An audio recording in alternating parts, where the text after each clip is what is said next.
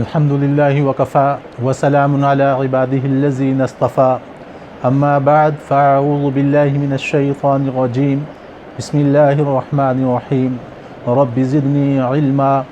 ہماری پچھلی ویڈیو میں گفتگو چل رہی تھی کہ معالج کیسا ہونا چاہیے، مریض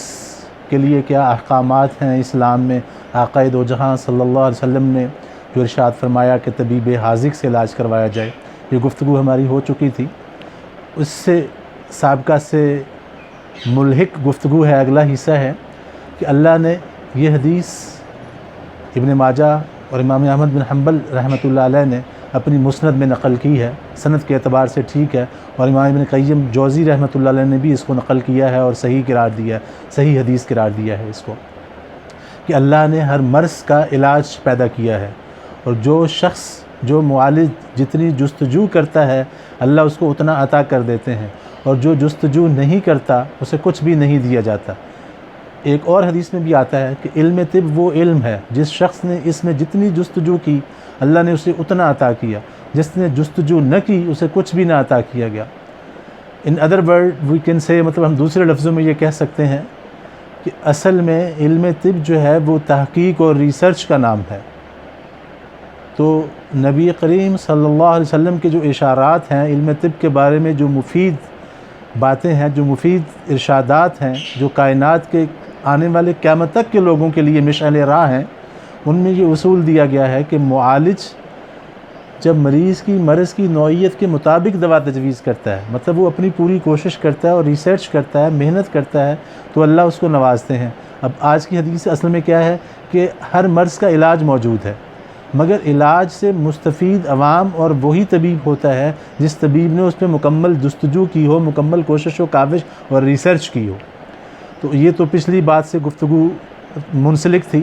آج کا جو اصل ٹاپک ہے وہ میں کلونجی، چونکہ جو زبان زد عام اور بہت مشہور ہے، لوگ اتنا بس یہ سمجھتے ہیں کہ یہ سوائے موت کے ہر مرض کا علاج ہے، اکثر کتابوں میں مل جاتا ہے، تو اصل میں اس کو سمجھنے کی ضرورت ہے کہ اس پہ medical sciences, modern researches, even WHO کے اسٹینڈرڈ مونوگرافس کیا کہتے ہیں۔ تو چونکہ یہ وسیع ٹاپک ہے تو میں آج کی ویڈیو میں جتنا ممکن ہو سکا اس کو، اس کا تعارف، یہ کلونجی ہے کیا، کس طرح کی ہوتی ہے، کس فیملی سے بلانگ کرتی ہے، تو اس کی افادیت شرعی طور پر اسلام میں، حدیث میں کیا ہے، اور میڈیکل سائنس میں کیا ہے، اولڈ طبی کتاب میں کیا کہتی ہیں، کوشش کروں گا اس کو مطلب ایکسپلین کیا جائے، اس کو سمرائز کیا جائے۔ کلونجی بیسیکلی اسے حبۃ السوداء عربی میں کہتے ہیں، سیاہ دانے کہا جاتا ہے۔ بخاری اور مسلم شریف، مسند امام احمد بن حنبل میں اس بات کی تصدیق موجود ہے کہ ان سیاہ دانوں کو شونیز بھی کہتے ہیں، اور شونیز پر قدیم طب اور جدید طبی، جو جدید طب ہے وہ متفق ہے کہ یہ کلونجی ہے، جسے میڈیکل سائنس میں نائگیلا سٹائیوا کہتے ہیں۔ یہ رننکولیسی فیملی سے بلانگ کرتی ہے۔ رننکولیسی خاص قسم کے جنگلی پھول ہوتے ہیں جو انتہائی ٹاکسک ہوتے ہیں۔ گو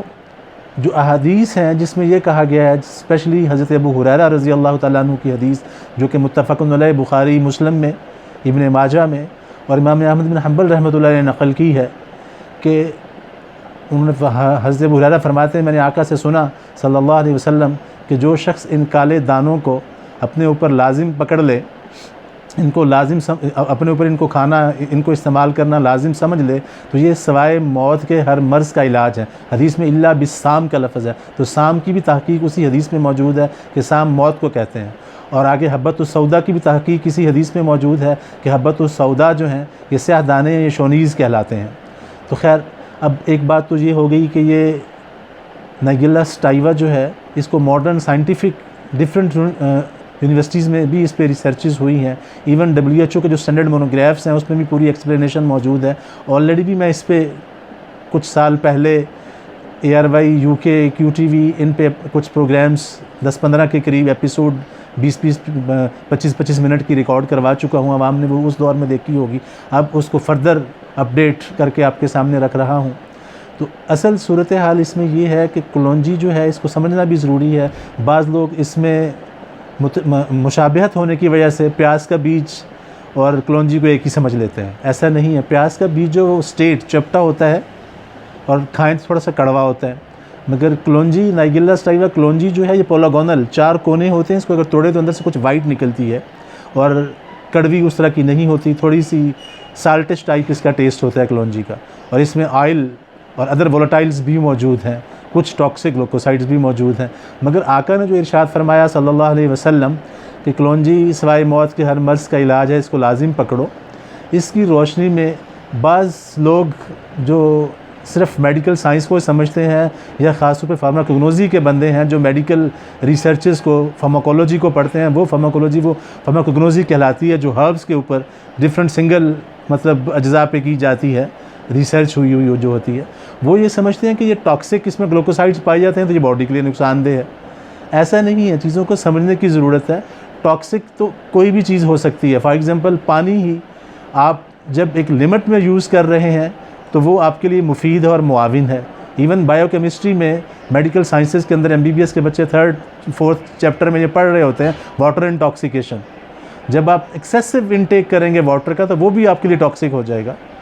تو اصل میں کلونجی کے اندر کچھ بہت مائنر سے ٹاکسک گلوکوسائڈز ہیں، مگر اس کی دوسری طرف کا رخ تو لوگ شاید دیکھ نہیں پاتے، یا لوگوں کا اس وقت اس لیول پہ نالج نہیں ہے، اس لیول پہ ریسرچ لوگوں نے پڑھی نہیں ہوئی ہوتی۔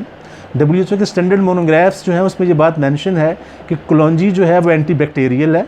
اینٹی فنگل بھی ہے، اینٹی وائرل بھی ہے، اینٹی ہیلمنتھیاسس تھوڑا مشکل ورڈ ہے، میں اس کو تھوڑا آسان کر دوں، یہ پیٹ کے تمام قسم کے کیڑے جس میں ہک وارم ہے، اسکریشیا کولائی ٹیپ وارم ہے، آل ٹائپ آف ایون چھوٹے بڑے تمام قسم کے کیڑوں کو ہلاک کرنے کی صلاحیت رکھتی ہے۔ ایون میڈیکل سائنسز میں WHO کے اسٹینڈرڈ مونوگراف میں یہ بھی موجود ہے، PUO پائرگزی آف انون اوریجن، ایسے بخار جن کی کوئی وجہ ہی معلوم نہیں ہوتی، ان کا بھی بہترین علاج کلونجی میں موجود ہے، نائگیلا سٹائیوا۔ ایون یہ ہیپیٹومیگیلی جب آپ کا جگر بڑھ جائے اس کا بھی علاج کرتی ہے، سپلینومیگیلی آپ کی تلی بڑھ جاتی ہے تو اس کا بھی علاج کرتی ہے۔ باقی چیز رہ کیا گئی؟ یہ اینٹی بیکٹیریل بھی ہے، اینٹی فنگل بھی ہے، اینٹی وائرل بھی ہے، اور آپ کے امیون سسٹم کو بھی انہینس کرتی ہے۔ انڈیا کے معروف پرانے طبیب جو تھے وہ اپنے بچوں کو ایک چٹکی بھر کلونجی تھوڑے چند دانے صبح نہار کھانے کا مشورہ دیتے تھے، اس سے بچے ایکٹیو بھی ہوتے ہیں، ان کا حافظہ بھی قوی ہو جاتا ہے، اور ان کی استعداد اور ان کی قوت مدافعت اور ان کی باقی جسمانی چیزیں جو ہیں وہ بھی ٹھیک ہونے لگتی ہیں، وہ کئی ساری بیماریوں سے محفوظ رہنے لگتے ہیں۔ تو معلوم یہ ہوا کہ آقا دو جہاں صلی اللہ علیہ وسلم جو بات کر دیتے ہیں وہ تو وہی سے آیا ہوا علم ہوتا ہے۔ انسان جو ریسرچ کرتا ہے وہ کمزور ہے، اس میں فردر ریسرچ کی ضرورت پڑتی رہتی ہے، آئے روز اس میں تبدیلیاں ہوتی رہتی ہیں۔ جیسے ڈاکٹر اقبال نے بڑا خوبصورت کہا،